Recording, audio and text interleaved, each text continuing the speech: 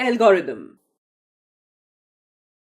Representing the data in a sequential way, step by step, is called algorithm. Example: write the step to make the fruit shake. Step 1. Start. Step 2. Take the fruits. Step 3.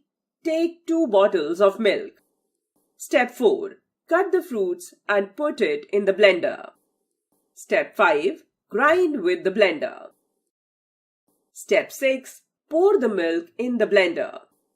Step 7. Enjoy your yummy fruit juice. Features of an algorithm.